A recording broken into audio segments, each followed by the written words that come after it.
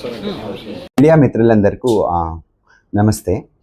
ఈరోజు మనం కలిసింది ఏమంటే యూజువలీ మనము ఒక స్టెంటింగ్ చేసినప్పుడు మనం కాంట్రాస్ట్ అనేది వాడాల్సి ఉంటుంది. ఈ ఒక పేషెంట్ 65 వయస్సు మహిళ. ఆ పేషెంట్ ఛాతీలో బరువుగా ఉంది సార్, నడిస్తే గస ఉంది అని వచ్చారు. ఆల్రెడీ కిడ్నీ ఫెయిల్యూర్ 5 years నుంచి ఉండేది, అంటే 3.5 క్రియాటినిన్ ఉండేది. సో ఇప్పుడు మనం యాంజియోగ్రామ్ చేసి ఆ స్టెంట్ వేయాలంటే ఆ పేషెంట్కి ఇంక్ అనేది 150 to 200 ml వరకు ఇవ్వాల్సి ఉంటుంది కాంట్రాస్ట్. సో ఇప్పుడు మనము స్టెంట్ వేయాలి, అది బ్లాకేజ్ 99% ఉంది. ఇప్పుడు స్టెంట్ వేస్తే కిడ్నీ ఫెయిల్యూర్ అయ్యి మళ్ళీ డయాలసిస్ అనేది అవసరపడే ఛాన్సెస్ 50 నుంచి 60% ఉంటుంది. సో ఇప్పుడు మనము స్టెంట్ వేస్తున్నప్పుడు కొన్ని చర్యలు తీసుకోవాలా, అదన్నీ తీసుకొని ఈ పేషెంట్కి మనము 10 ml to 15 ml కాంట్రాస్ట్లోనే స్టెంటింగ్ చేసేసాము. స్టెంటింగ్ చేసి ఇప్పుడు 2 days అయింది. క్రియాటినిన్ అంతే కాన్స్టెంట్గా 2.8 2.9లో, అంటే మనం స్టెంట్ వేసే ముందు ఎంత ఉండేనో అంతే క్రియాటినిన్ ఉంది. సో ఇప్పుడు డయాలసిస్ లేదు, ఏమీ అవసరం లేదు, పేషెంట్ హ్యాపీగా డిశ్చార్జ్ అయిపోవచ్చు. రెండోది, దీంట్లో మనము ఐవస్ అనేది యూస్ చేసాము, ఇంట్రావాస్కులర్ అల్ట్రాసౌండ్ అంటాము. దీంట్లో ఫస్ట్ మనము చూసుకోవచ్చు ఆ రక్తనాళం సైజ్ ఎంత ఉంది అని చూసుకొని ఫస్ట్ ఒక ఇంజెక్షన్ తీసుకున్నాము. 90% బ్లాక్ ఉంటే స్టెంట్ ఎంత సైజ్ కావాలి, కరెక్ట్గా స్టెంట్ అదుక్కుందా లేదా అని చూసుకొని మళ్ళీ స్టెంట్ వేసేసి మళ్ళీ బలూన్ చేసి లాస్ట్కి ఒక షూట్ తీసుకొని వచ్చేసాము. అంటే అక్కడ 10 to 15 ml ఇంక్లో యూజువల్లీ యాంజియోగ్రామ్కి 25-30 ml అవుతాయి. మనం స్టెంట్ని ఒక 15-20 ml కాంట్రాస్ట్లో ఫినిష్ చేసుకొని రాగలిగాము. పేషెంట్ కూడా హ్యాపీగా డిశ్చార్జ్ అయిపోయారు. Thank you. కలిపి అదే ఇది ఐవస్తో మనము నిన్ననే 3 పేషెంట్స్కి చేసాము. ఒక పేషెంట్కి లెఫ్ట్ మెయిన్ ఆర్టరీ నుంచి ఎల్ఏడి, ఇంకో పేషెంట్కి లెఫ్ట్ మెయిన్ నుంచి ఎల్ఏడి, ఇంకోటి వెరీ లో కాంట్రాస్ట్ యాంజియోప్లాస్టీ అని. ఇది మన శ్రీశ్వర హాస్పిటల్లోనే చేయగలిగాము. మనము రెగ్యులర్గా చేస్తున్నాము ఐవస్ guided left main coronary artery స్టెంటింగ్స్ అన్నీ చేస్తున్నాము.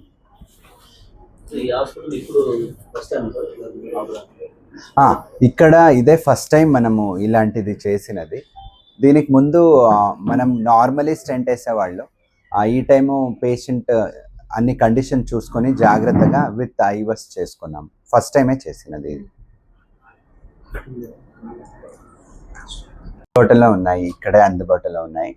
ఇప్పుడును అట్ ప్రెసెంట్ ఇక్కడ 2 పేషెంట్ ఉన్నారు. ఇద్దరును లెఫ్ట్ మెయిన్ ఆర్టరీ బ్లాకేజ్ ఉండేది, ఇద్దరు సర్వైవ్ అయ్యగలిగారు.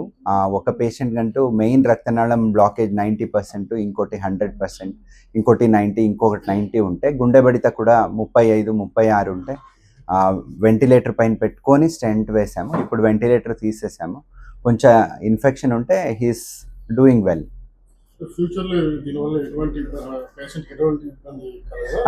అది contrast usually with in 48 hours contrast induced nephropathy అంటే కిడ్నీ ఫెయిల్యూర్ వచ్చే ఛాన్సెస్ ఉంటుంది. ఈ పేషెంట్కి 48 hours అవుతే కూడా ఏ రకమైన కిడ్నీ ప్రాబ్లం రాలేదు. ప్లస్ అది ఐవస్ గైడెడ్ వల్ల మనకు స్టెంట్ ఎలా కూర్చుంది అని తెలుస్తుంది. దానివల్ల మళ్ళీ స్టెంట్ బ్లాకేజ్ అనే ఛాన్సెస్ ఉండదు, చాలా తక్కువ ఛాన్సెస్ ఉంటుంది. యూజువలీ ఐవస్ ఇవన్నీ అల్ట్రాసౌండ్ అంటాం కదా, స్టెంట్ ఎలా కూర్చుంది అని తెలిసినప్పుడు మళ్ళీ స్టెంట్ మూసుకునే ఛాన్సెస్ చాలా చాలా తక్కువ ఉంటాయి. మీరు విన్నుంటారు, స్టెంట్ అయ్యింది మళ్ళీ ఇమీడియట్గా మూసుకోండి with in 10 days 20 days 1 month అని. దీనివల్ల అలాంటిది మూసుకునే ఛాన్సెస్ తక్కువ అవుతుంది. ప్లస్ ఇంకొకటి ఏమంటే కాంప్లెక్స్ స్టెంట్స్ ఉంటాయి, అంటే లెఫ్ట్ మెయిన్ రక్తనాళం బ్లాక్ ఉంటుంది, బైపాస్ అవసరం ఉంటుంది. లెఫ్ట్ మెయిన్తో పాటు ఇంకో మెయిన్ రక్తనాళం బ్లాక్ ఉంటుంది. అలాంటి టైంలో మనము ఇది చేసుకునే వల్ల మనకు అది సైజ్ ఎంత ఉంది రక్తనాళము అంటే మనకు చూసినప్పుడు అది 3 mm అనిపిస్తుంది. మనం అన్నీ చేసినప్పుడు అది 5 mm 5.5 mm రక్తనాళం ఉంటుంది. ఇదన్నీ చూసుకొని కరెక్ట్గా చేసుకునే వల్ల స్టెంట్ బ్లాకేజ్ అనేది ఛాన్సెస్ చాలా తక్కువ ఉంటాయి. చూడండి, మెయిన్ అందరికీ అంటే ఇప్పుడు 100 మంది హాస్పిటల్కి వస్తే 90 మంది నుంచి 95 మందికి ముంజాగ్రత్తగానే లక్షణాలు ఉంటాయి. మనకి ఏమీ లేదు అనుకునే వాళ్ళే మేజర్ హార్ట్ అటాక్తో వచ్చేది. ఫర్ ఎగ్జాంపుల్ మీలో కూడా నన్ను కొంతమంది కలుసున్నారు ముందే. వాళ్ళకు వచ్చినప్పుడని నేను ఒకటే చెప్తా, ఎప్పుడైనా ఛాతీలో బరువు, ఛాతీలో మంట, థ్రోట్ పెయిన్, జా పెయిన్, ఇదన్నీ బరువుగా, ఇది మంటగా, ఇది హెవీగా అనిపిస్తే అది హార్ట్ అనే అనుకోవాలి. హార్ట్ కాదు, మీరు ఈసీజీ చేసాము నార్మల్ ఉంది అంటే కూడా మళ్ళీ వెయిట్ చేసే చూపించుకోవాలి. ప్లస్ నడిచినప్పుడు ఆయాసము, నడిచినప్పుడు ఛాతీలో బరువు, మంట, భుజాల నొప్పి, వీపు సంధిలో నొప్పి, చేతుల్లో నొప్పి వస్తే ఎప్పుడూ గ్యాస్ట్రైటిస్ ఇదేమీ లేదు అనుకునే వాళ్ళకే మేజర్ హార్ట్ అటాక్ వచ్చి హాస్పిటల్కి వస్తారు. ఇప్పుడు నేను చెప్పిన 3-4 మీకు పేషెంట్స్ చెప్పాను కదా, దాంట్లో ఇద్దరికి హార్ట్ అటాక్ అవ్వలేదు. ఇద్దరును ఒక్కరు ఇక్కడ నుంచి ఇలా మంట వచ్చింది సార్ అన్నారు, ఇంకొకరు షుగర్ ఉంది సార్, నాకు నడిస్తే నాకు గస వస్తుంది, నాకు ఒకలా బరువుగా ఉంది అని చెప్పారు. సో అది కామన్ సిమ్టమ్స్. జనాల్లో దాన్ని గ్యాస్ట్రైటిస్ అనుకునేది, ఆ గ్యాస్ట్రైటిస్ అనుకొని చూసుకునేది అది చేస్తారు వల్ల మేజర్ హార్ట్ అటాక్ వచ్చి బీపీ తగ్గి అప్పుడు ప్రాణాపాయం అయ్యే రిస్క్ ఉంటుంది. సో ముందే తెలుసుంటుంది, చాలామందికి ముందే తెలుసుంటుంది, చాలామంది ఇగ్నోర్ చేస్తుంటారు. నాకు ఇదేం లేదు గ్యాస్ట్రైటిస్, ఏం లేదులే, నాకేం అవ్వదు అని అనుకుంటారు. అది హార్ట్ వచ్చినప్పుడు సడన్గా వాళ్ళకి ప్రమాదం అవుతుంది, సడన్గా పడిపోతారు. కింద ఒక పేషెంట్ ఉన్నారు, హార్ట్ బీట్ నార్మల్గా ఉండే పేషెంట్ నార్మల్గా వచ్చాడు. నా రూమ్ నుంచి నేను క్యాజువాలిటీలో వెళ్ళి ట్యాబ్లెట్ తీసుకోండి అన్నాను, అక్కడ వెళ్ళి పడిపోయాడు. నేను పరిగెత్తుకొని వెళ్ళి కరెంట్ షాక్ ఇస్తే ఆయన లేచాడు. అదే ఆయన హాస్పిటల్లో పడే బదులు ఇంటి దగ్గరనో జస్ట్ హాస్పిటల్ బయట పడిపోయింటే కూడా 5 నిమిషాలు అయ్యిండేది, వచ్చి కరెంట్ షాక్ ఇచ్చే లోపల అంత లోపల ప్రాణాపాయం. సో ఛాతీలో ప్రెస్ చేసేది ఒక్కటే కాదు, ఇంపార్టెంట్ కూడా మనం ప్రెస్ చేయాలి, అది కరెక్ట్.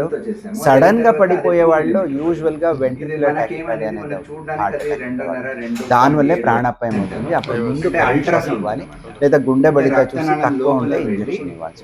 రక్తనాళం మళ్ళీ ఇంక ఇవ్వలేదు, మళ్ళీ అదే చేసాను, అది చేసి ఇది తీసుకొచ్చాను అని తెలిసినప్పుడు మళ్ళీ అంటే బయట చేసుకుంటే 2 lakhs అంటే ఓన్లీ ఐఓఎస్ ప్రొసీజర్కి 1.5 to 2 lakhs అవుతుంది.